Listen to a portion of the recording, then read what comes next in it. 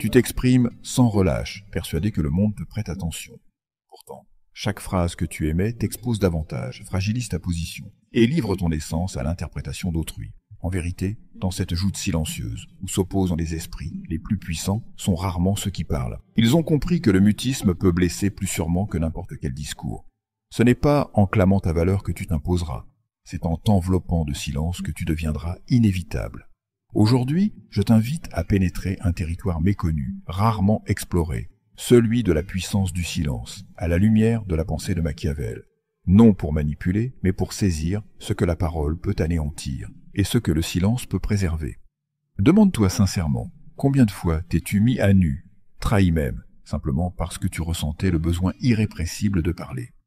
Réfléchis profondément. Si une part de toi soupçonne que le silence recèle une force inexploitée, alors reste attentif, engage-toi et ne détourne pas le regard. Car au terme de ce chemin, tu découvriras une vérité que le tumulte du monde tente de dissimuler depuis toujours. Machiavel n'était pas ce monstre assoiffé de domination que l'on décrit parfois, il était surtout un analyste rigoureux de la nature humaine.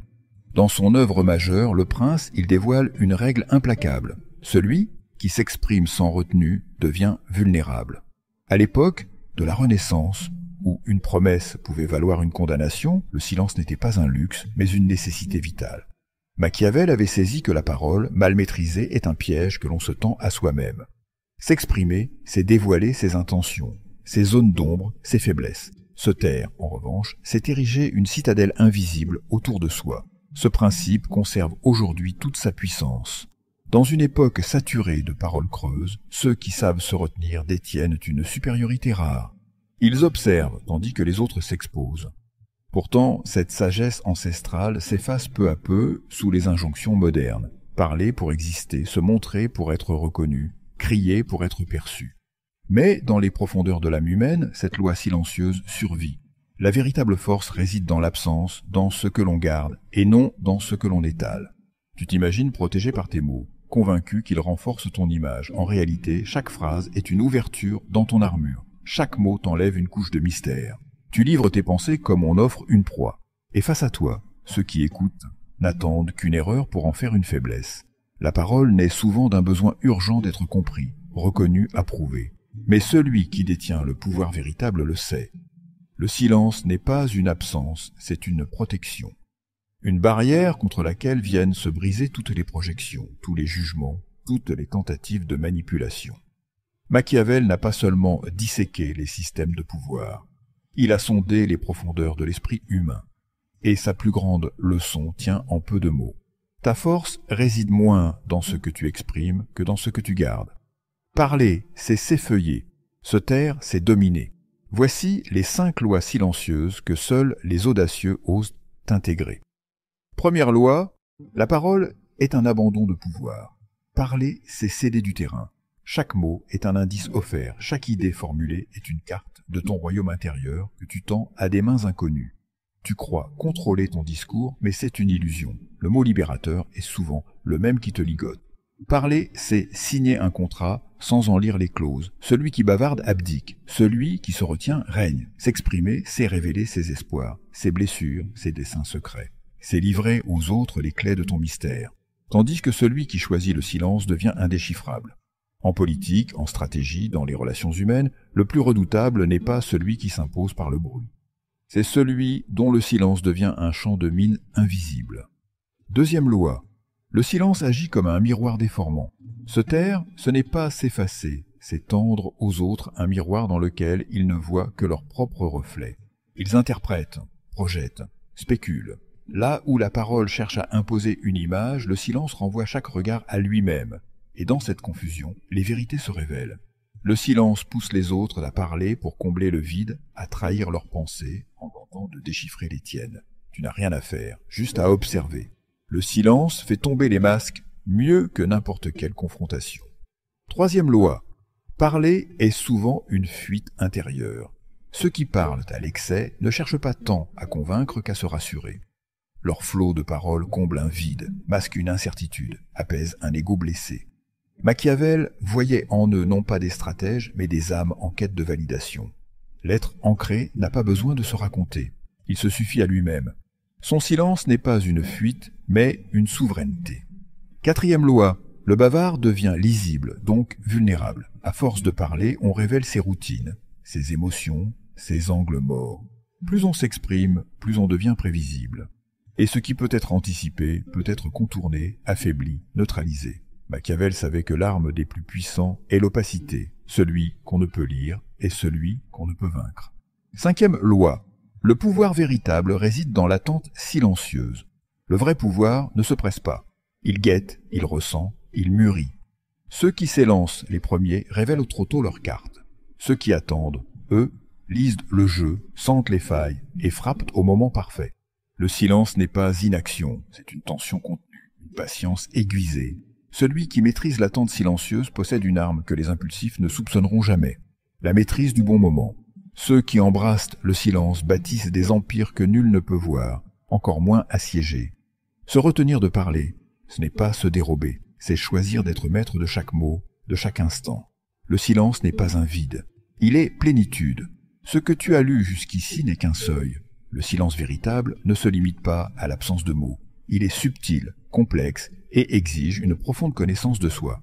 Ce qui paraît simple devient en profondeur un art délicat, où chaque nuance est cruciale. Et n'oublie pas, le silence est une arme. Mais mal employé, il peut se retourner contre toi. Se taire par peur n'est pas puissance.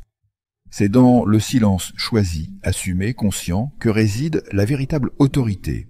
Le silence n'est pas un refuge, c'est une lame. Machiavel l'avait compris. Se taire par crainte, c'est déjà capituler. Le mutisme, né de la peur, ne protège rien. Il trahit.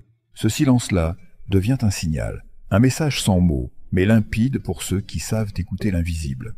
Et ce message ouvre une faille plus large encore qu'un discours hésitant. Celui qui se tait pour éviter la confrontation finit par dévoiler dans l'ombre même de son silence ce qu'il voulait enfouir. Il devient transparent, faible, une silhouette vide que l'on n'a même plus besoin de combattre. Le silence, s'il n'est pas dirigé, détruit de l'intérieur. Il n'est ni vertueux ni protecteur en soi. C'est une arme, et comme toute arme, il exige une main sûre, une volonté éveillée, une clarté d'intention. Sinon, il ronge, il trahit, il devient poison. Se taire ne suffit pas, il faut savoir pourquoi. Se tait-on pour conserver une supériorité, ou pour cacher une chute? Est-ce prudence stratégique ou simple fuite? Le monde ne respecte pas longtemps le silence des faibles. Il le piétine. Il l'interprète comme une abdication avant même que le combat ne commence.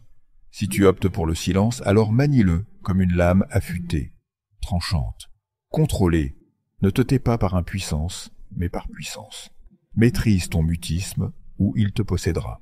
Le vrai silence est un choix éveillé, non un effacement. Il sépare ceux qui s'imposent sans bruit de ceux que l'on oublie dans le fracas. Se taire n'est pas fuir le monde, c'est choisir un autre langage. Le silence réel n'efface pas, il imprime, il projette une force muette, une densité que les autres perçoivent sans la comprendre. Se taire avec présence, c'est parler plus fort que les mots, c'est influencer sans imposer. Le silence est une force gravitationnelle, invisible mais pesante. Il attire ou repousse, il règne. Machiavel l'avait perçu. L'absence de parole n'est pas l'absence de pouvoir, c'est une autre manière d'exister, plus subtile, plus redoutable. Le mutisme sans ancrage intérieur est un effacement, un effondrement masqué, tandis que le silence incarné déploie une autorité que nul ne conteste. Il impose la présence par l'absence de bruit. Il remplit l'espace de ce qu'il ne dit pas. Quand ton silence est maîtrisé, ton regard devient plus éloquent que sans discours. Ta posture devient récit. Chacun de tes silences est un territoire que l'on n'ose plus envahir. Ce n'est pas la voix qui suscite le respect, c'est cette énergie silencieuse qui émane de celui qui n'a rien à prouver. Apprends à donner chair à ton silence, qu'il devienne vivant, vibrant, inflexible. Ne crois pas qu'il suffise de ne pas parler. Il faut dégager une force assez dense pour que le mutisme devienne langage de commandement. Se taire sans autorité intérieure, c'est s'effacer. Se taire avec elle, c'est régner. Cela demande une lucidité tranchante, une maîtrise de soi, une confiance que rien ne peut corrompre. Celui qui parle à travers son silence fait vibrer ce que ses ennemis redoutent, ce que ses alliés respectent, ce que le monde reconnaît sans oser le nommer. Le silence véritable laisse une empreinte dans l'invisible. Ce n'est pas l'absence qui parle, c'est l'intensité. Car le silence trompeur en dit plus que 1000 mots. Il existe des silences faux, des mutismes chargés de tension, d'anxiété, de fuite. Ceux-là trahissent tout. Le corps, le regard, le souffle deviennent bavards malgré soi. Un silence tendu, mal habité, se brise à la moindre fissure. Il trahit plus sûrement que la parole.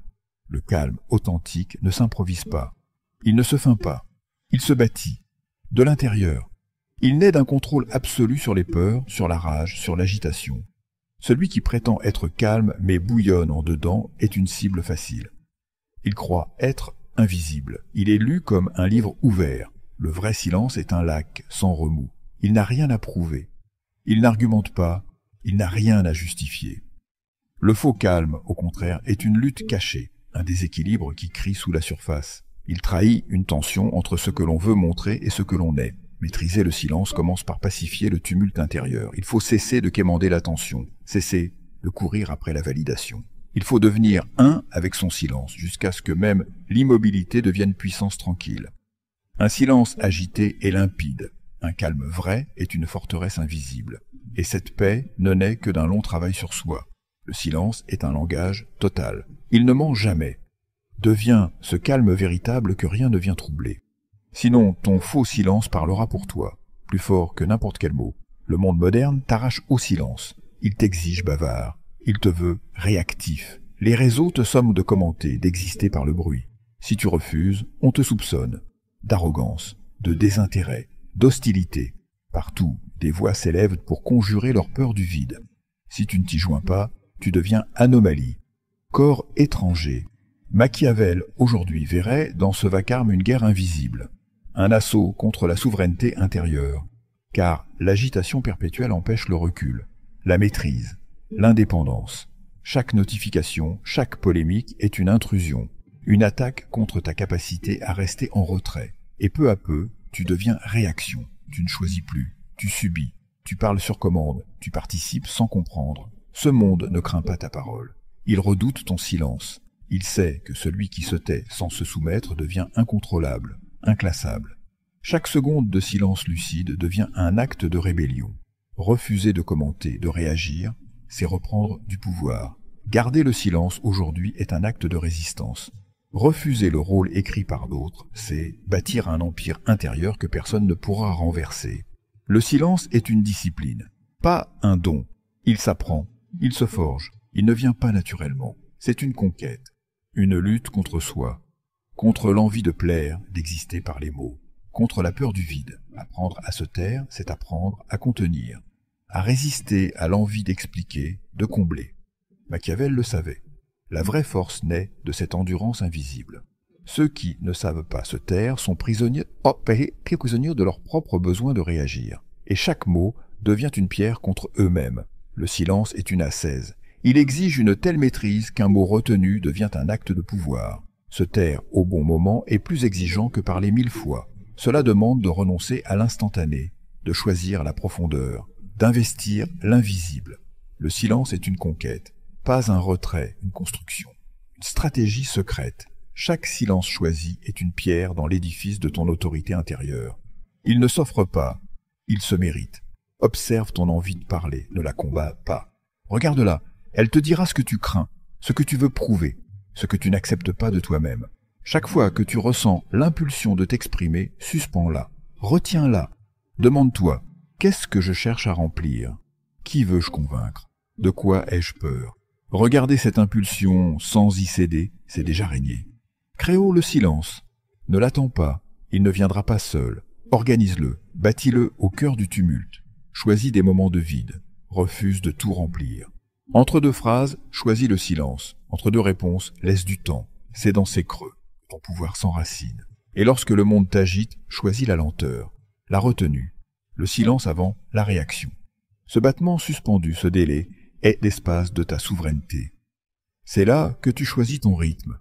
Le calme est une force compacte, et celui qui sait rester calme devient une énigme, une force qu'on n'ose pas provoquer.